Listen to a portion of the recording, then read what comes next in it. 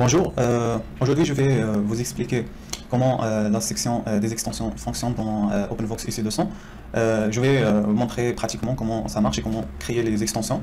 Alors, avant de créer les extensions, logiquement, on doit créer un département parce que on doit affecter chaque extension à un département. Comme ça, on facilite la gestion. Alors, on va créer un nouveau département. Par exemple, IT Department.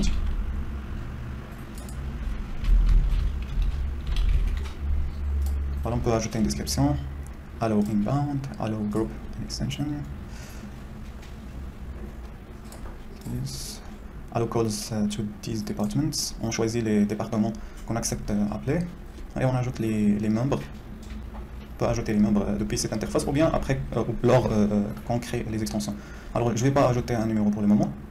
Je vais les jeter après. Characters. Ah, ok.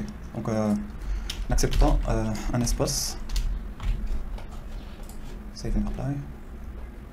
Ok, maintenant on a créé le département IT. On va vers la création des extensions. Alors, on a deux méthodes pour créer les extensions, soit manuel, donc on crée un par un, ou bien on peut créer en bulk, c'est-à-dire on peut créer ou bien générer plusieurs extensions en un clic. On peut éditer plusieurs, on peut importer et exporter. Alors, je vais vous montrer pour la création manuelle ce qui est de nouveau en UC200, contrairement à UC120 par exemple, c'est que dans la création ou bien durant la création des extensions, on peut configurer plusieurs choses, ce qui n'existait pas dans par exemple UC120. Et comme vous voyez, plusieurs configurations par exemple qu'on peut accéder depuis Call Features ou bien Advanced Features, on peut les configurer depuis la création des extensions, ce qui facilite ou bien ce qui accélère par exemple, ce qui accélère la création des extensions et sa gestion. Comme vous voyez, par exemple ici, on peut ajouter l'extension, on peut la désactiver, on peut ajouter un mot de passe, et c'est ici qu'on affecte un département qu'on a créé, donc IT département, on gère les permissions, la langue, etc., plusieurs configurations possibles. Par exemple ici, on peut activer Not Disturb, activer le statut depuis cette interface, ce qui est l'agent en mode login ou bien logout. On peut même créer ou bien activer le voicemail ou bien la boîte vocale et la configurer. On peut même activer de recevoir la boîte vocale dans la boîte des emails, mais on doit auparavant configurer le serveur SMTP. On peut activer et désactiver le monitoring de cette extension depuis ici, le mode aussi, est-ce que c'est Listen, Whisper, si on voulait ça. Plusieurs, donc c'est par exemple ici ce qui est intéressant aussi, on peut configurer le maximum de temps possible pour cette extension pour faire des appels en local, en national, en international, ce qui est possible aussi de le configurer depuis les autres sections. Mais c'est toujours bon de les avoir ici, comme vous voyez, on peut configurer tout.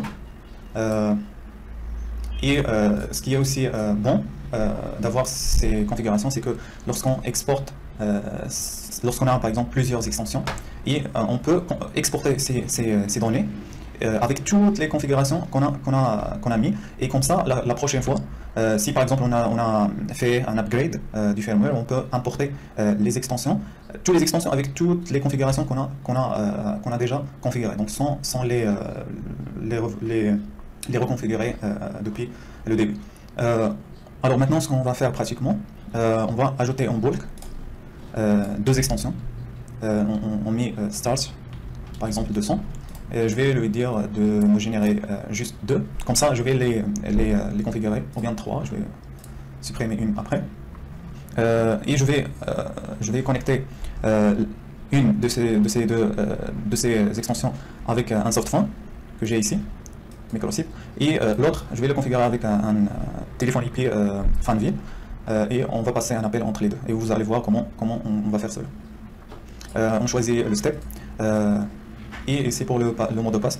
On a trois options, all the same, c'est-à-dire on va choisir un mot de passe, par exemple 1, 2, 3, pour toutes les extensions, les trois extensions qui vont se générer. on peut choisir same with extension, c'est-à-dire l'extension qui va être le mot de passe, ou bien random, c'est OpenVox qui va générer ça aléatoirement. Alors on met save et vous allez voir qu'il a pu générer 3 extensions. Alors maintenant je peux supprimer par exemple celle-là et garder juste les deux. Comme vous voyez leur statut c'est unregistered. Alors je vais commencer par enregistrer l'extension de son. Donc j'ai ici le softphone. Alors vous pouvez utiliser n'importe quel softphone. Donc je vais éditer le compte. Par exemple ici on met le account name. Ici j'ai utilisé le son. On prend l'adresse IP et on la met dans SIP server. Dans le username on choisit un username. Par exemple je vais la laisser de son. Domain on met la même adresse du serveur. Et le login c'est l'extension et le password qu'on a choisi 1, 2, 3 et ça suffit. Comme vous voyez, vous pouvez voir maintenant lorsque je vais enregistrer ça, vous allez remarquer que ça va changer de statut. Save. Et voilà, comme vous voyez, c'est bien fait. Donc il est maintenant en mode idle, c'est-à-dire en mode veille, et si on a configuré notre extension, on peut l'appeler. Alors après qu'on a enregistrer l'extension de son avec le softphone. Je vais enregistrer maintenant l'extension de son avec le téléphone Fanvil que j'ai ici.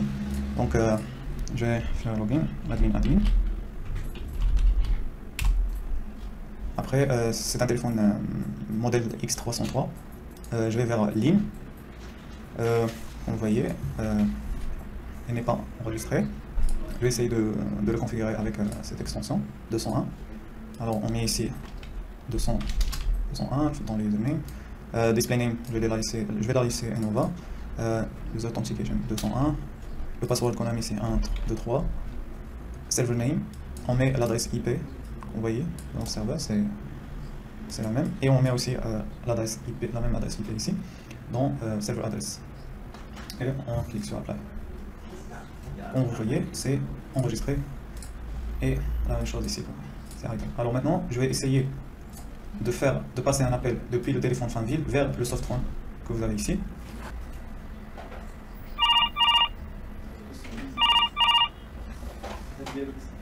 Alors comme vous avez vu, on a pu recevoir l'appel dans cette softphone. Le stock le plus grand de la VoIP, avec des dizaines de marques. Chez nous, vous trouverez ce qui correspond à votre budget et votre besoin. Et le plus important, le tout est avec une garantie sur le matériel et l'installation.